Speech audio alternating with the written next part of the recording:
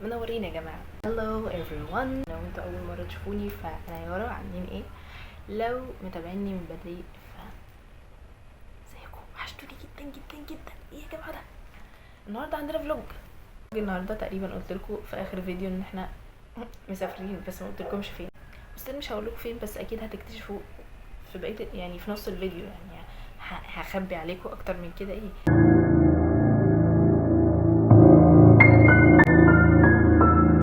بس احنا عندنا رحلتين. اول رحله هي رحله البحث عن اوتفيت، لان انا حاولت ان انا اجيب اوتفيت لهذه المناسبه، بس ما توفقتش. يعني مش عايزين نخش في تفاصيل هذا الموضوع لان انا متضايقه اوريدي، فمش مشكله. يعني هنحاول نستخرج اوتفيت من وسط الاوتفيتس بتوعنا. فدي اول رحله. وتاني رحله هي الاكتشوال رحله اللي انا متحمسه لها جدا جدا، لان اولا رايحه مع اصحابي اللي بحبهم. ثانيا انا رايحه لوحدي. ودي مش اول مره، انا رحت قبل كده نفس المكان برضو، بس كان مع رحله بقى بتاعت جامعه وبتاع. ما حبيتش الموضوع لان كان في الصيف وكانت رحله عشوائيه جدا، ما يعني بلح. وعاملين المره دي بروجرام مع اصحابي، ودي اول مره احس شعور ان احنا عاملين رحله وبروجرام وحتت احنا اللي عايزين نروحها، مش طالعين تبع رحله. فدي حاجه حلوه جدا. قلت لكم ان انا رايحه مع اصحابي اللي بحبهم، هقابل واحده صاحبتي بحبها جدا جدا هناك. قابلنا اوريدي مرتين في القاهره، فدي اول مره اقابلها في مكانها. فمتحمسه جدا جدا. وفي مكان معين انا كان نفسي هموت واروحه، لان اوريدي انتوا يعني اذا كنتوا عارفين او مش عارفين من الفيديوهات ان انا بحب الاكسسوارز جدا جدا جدا جدا. فانا رايحه لمكان بيعرض هذه التحف الفنيه، هنكتشف. عايزه اقول لكم انا كنت محتاسه في اللبس، فمضطره اشوف حاجه عندي في اللبس اعملها بطريقه ترضيني، لان احنا رايحين متحف وكنت عايزه اخلي اللبس لايق مع شكل المتحف اللي احنا رايحين. طبعا دي كل حاجه انا جربتها.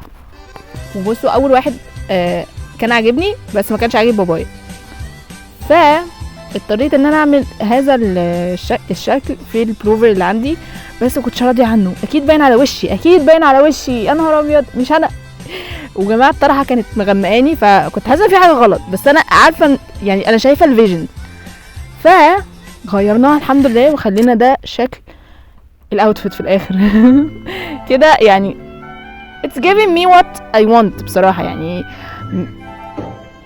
I guess ان انتوا شفتوا الفرق، يعني شفتوا الفرق ما بين الثلاثه مع بعض، فحسيت انه we can go with it.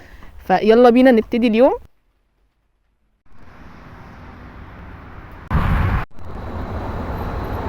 هنا ركبنا قدامنا على الطريق ساعتين، بس طبعا وقفنا في الاستراحه فبقت 2.5 ساعة. وصلنا هناك 11:30 12. عايزه اقول لكم ده كان منظر المكان اللي احنا كنا هنفطر فيه. فخدنا بقى حبه حلوين، يعني البروجرام اللي احنا كنا اصلا عاملينه عشان نلف فيه اسكندريه حبه حلوين، احنا وقفنا نصهم هنا. في الاخر اكتشفنا ان في فروع تانية عادي جدا، مكتوب على الباب ان ما فيش اي فروع اخرى. بس صاحبتي اللي كانت في اسكندريه قالت لي لا، ده عشان اقدم بس فرع، انما في فروع تانية عادي. وحسرته. كنت عايزه اعيط في هذه اللحظه. هنا كنت بقول لكم ان في كوريين واقفين قدامي. احنا قابلنا اسيويين كتير قوي في اسكندريه، بس دول كانوا كوريين، كانوا بيتكلموا كوري. وطولوا بقى اللي هو انتوا ايه اللي جابكم هنا؟ هنفتح من جوه، احنا محبوسين جوه، احنا اللي هنفتح من جوه. وبعد ما فطرنا رحنا قصر المجوهرات. حقيقي انا ممتنه ان انا قدرت ازور المكان اللي انا كنت هموت وازوره بقالي سنتين، لان انا ما كنتش اعرف ان في متحف مجوهرات اصلا عندنا في مصر. ولما اكتشفت ده من سنتين، كنت هموت واروحه، لانه بجد منظره حلو قوي. جماعه السقف كان رهيب، انا كان عاجبني شكل السقف جامد اكتر من المجوهرات، مع اني انا بموت في الاكسسوارز، بس بجد المكان نفسه شكله تحفه فنيه بجد. اللي عامل المتحف ده يستاهل جايزه. فكنت مبسوطه قوي وانا هناك. حتى بصوا، هو كان يوم جمعه والدنيا حر وزحمه، بس يعني كل يهون عشان انا في المكان اللي انا بحبه والبلد اللي انا بحبها، قشطه جدا. لان انا كنت عامله حسابي ان هي بقى الدنيا هتبقى ساقعه واسكندريه في الشتاء وبتاع، لقينا ان ده يوم حر جدا عادي جدا. كنا بقى لابسين تقيل، يعني الهون بس البحر، شكل البحر.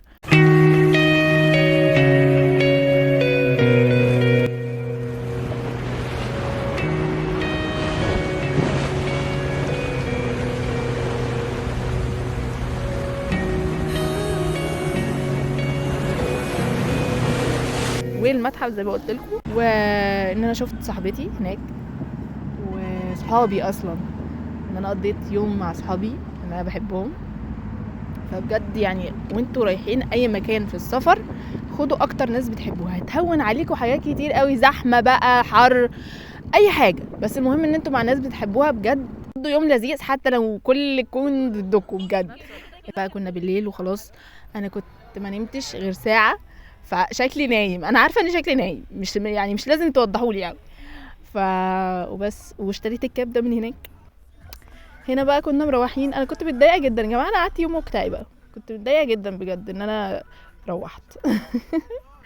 بس بجد كان يوم لذيذ ويا رب يا رب يتكرر تاني، لان بجد محدش يعرف انا بحب اسكندريه قد ايه. اسكندريه دي كانت المصيف الرئيسي ليا من وانا صغيره، وكانت بقى كل ذكرياتي هناك. وبصوا يعني انا ممكن ما كنتش عارفه الاماكن من كتر ما انا كنت صغيره في الوقت ده، بس كنت عارفه الاحساس بتاع المكان عامل ازاي والاجواء، وقد ايه اسكندريه كانت لذيذه قوي بالنسبه لي. كنا لو رحنا اي مصيف تاني ما كنتش بحس باللي انا بحسه في اسكندريه لحد دلوقتي بجد. فانا كنت في in my second home، فكان يوم لذيذ جدا.